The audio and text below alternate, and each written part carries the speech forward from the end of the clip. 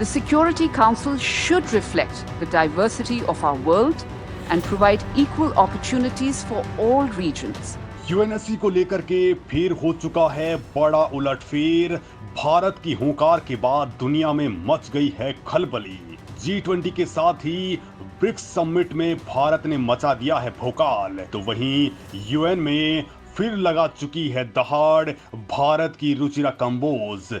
पूरी दुनिया भारत की ओर देख रही है कि भारत अब क्या यूएन का विकल्प खोज लेगा, क्या यूएन जैसी ही दूसरी संस्था भारत बना देगा, या फिर दुनिया के अंदर ये यूएनएससी अपना पूरी तरह से फेरबदल कर डालेगी। दोस्तों, ये इस वक्त की सबसे बड़ी अपडेट है कि भारत अब यूएन के अंदर बहुत बड़ा तांडव मचाने जा रहा है। और वैसे भी दोस्तों, इस समय वर्ल्ड लीडर की भूमिका निभा रहा है हमारा भारत, और दुनिया के अंदर भारत की ताकत लगातार बढ़ती जा रही है। भारत अब ऐसा कुछ करने वाला है जिसके बाद भारत एक बहुत बड़ी महाशक्ति बन सकता है। लेकिन दोस्तों, इस मुकाम तक पहुंचने में सिर्फ एक ही बाधा आ रही है, वो है यूएनएससी में भारत की परमानेंट मेंबरशिप नहीं होना और भारत के हाथ में वीटो पावर नहीं होना। भारत के ज्यादातर प्रयास तो यहां आकर के ही रुक जाते हैं। जैसे चीन के पास वीटो है और वो भारत की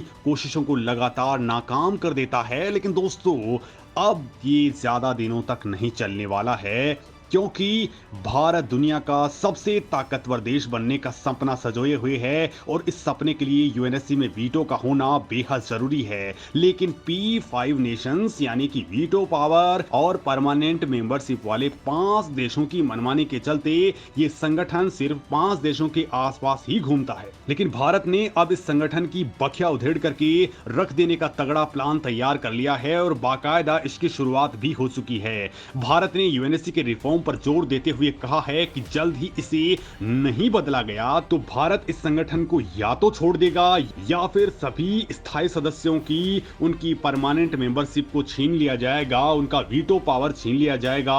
और एक और भारत के पास विकल्प है कि एक नया ही संगठन बना करके यूएन के बराबर खड़ा कर दिया जाए। अब भारत का ये गुस्सा देख करके खुद यूएन के भी पसीने छूट गए हैं, यहां तक कि यूएन को भारत से इतना डर लग रहा है कि अब तो खुद यूएन की मानवाधिकार इकाई ने भारत से बातचीत करना शुरू कर दिया है। हाल ही में दोस्तों, यूएन ने अकेले भारत को यूएन का वीटो पावर देने के बदले एक शर्त रखी थी। ये शर्त क्या थी, ये मैं आपको बताने वाला हूं, लेकिन उससे पहले आपको बता देता हूं यूएनएससी में एक बार फिर से भारत ने कैसे हल्ला बोल दिया है, कैसे भारत की शर्तों पर सभी स्थायी देश अब गौर करने लगे हैं और आखिर भारत G20 और ब्रिक्स के अंदर क्या कुछ कर रहा है, वो तमाम बातें मैं आपको बताने वाला हूं। लिहाजा दोस्तों, वीडियो पर लगातार बने रहिए।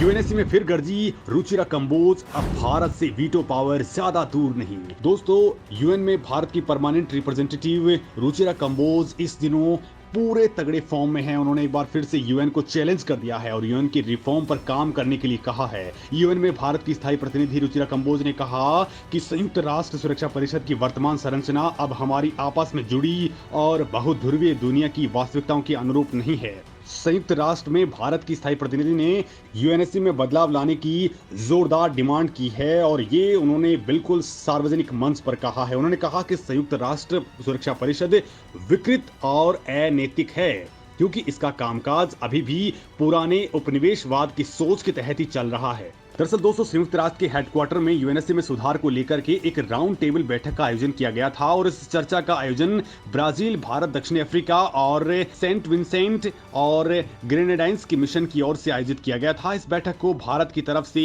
यूएन में स्थायी प्रतिनिधि रुचिरा कंबोज ने हिस्सा लिया और संयुक्त राष्ट्र सुरक्षा परिषद की आकार, उसकी कार्यशैली, उसके काम करने की प्रभावी क्षमताओं पर सवाल खड़े कर डाले। भारतीय प्रतिनिधि ने स्पष्ट शब्दों में कहा कि दुनिया बदल गई है और संयुक्त राष्ट्र का मौजूदा स्वरूप नई ताकतों के उभार का प्रतिनिधित्व करने में नाकाम है।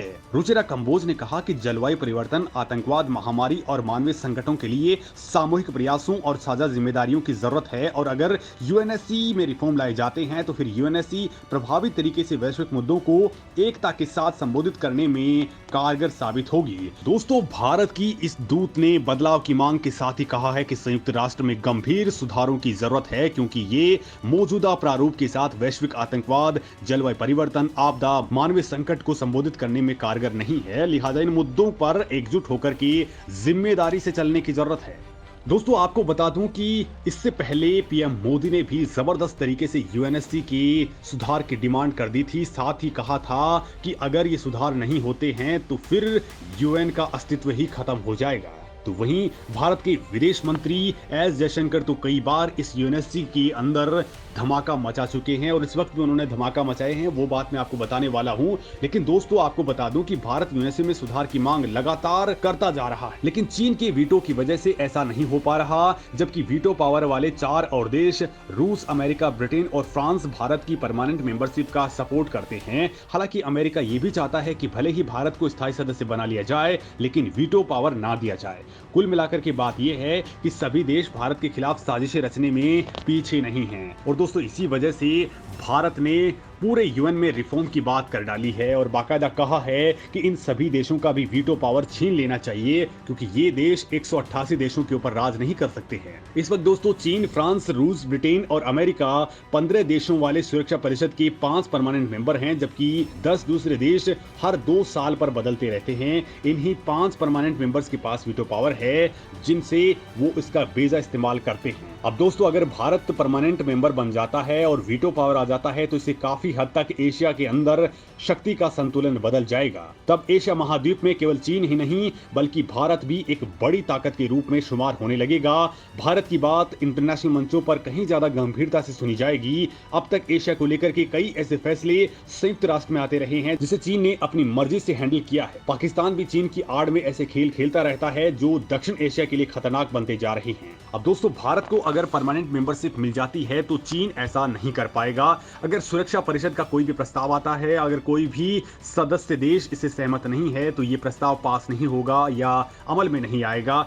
दूसरे शब्दों में कहूं तो किसी भी प्रस्ताव को अगर सुरक्षा परिषद में पास होना है तो उसके 5 परमानेंट मेंबर्स की सर्वसम्मति जरूरी होती है। और दोस्तों इसी को लेकर के अब भारत ने बड़ा गेम कर दिया है। दरअसल दोस्तों इस वक्त ब्रिक्स समिट के अंदर विदेश मंत्रियों की बैठक चल रही है जिसमें विदेश मंत्री एस जयशंकर ने यूएनएससी का मुद्दा बहुत जोर शोर से उठाया है।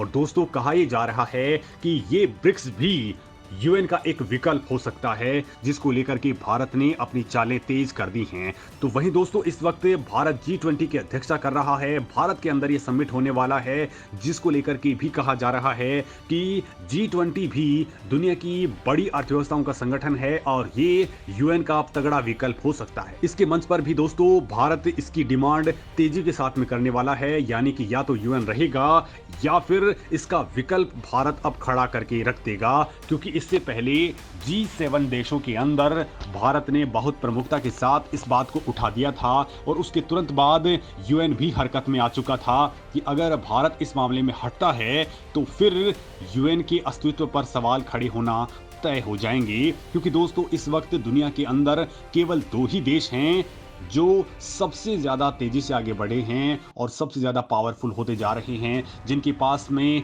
जनसंख्या, अर्थव्यवस्था और बाकी सैन्य संसाधन तेजी के साथ बढ़े हैं। इनमें एक चीन है और दूसरा भारत। और दोस्तों भारत इस वक्त वो देश है जिसके अंदर रिसेशन का 0% पॉसिबिलिटीज दिखाई जा रही हैं। भारत आने वाले वक्त में तीसरी सबसे बड़ी इकोनॉमी बनने वाला है, लिहाजा भारत को इग्नोर करना खुद यूएन के लिए भी बेहद घातक साबित हो सकता है। क्योंकि भारत हटा तो फिर दुनिया की एक बड़ी आबादी भी इससे पांव पीछे खींच लेगी। दोस्तों इस मामले में आपका क्या सोचना है, कमेंट करके जरूर बताएं।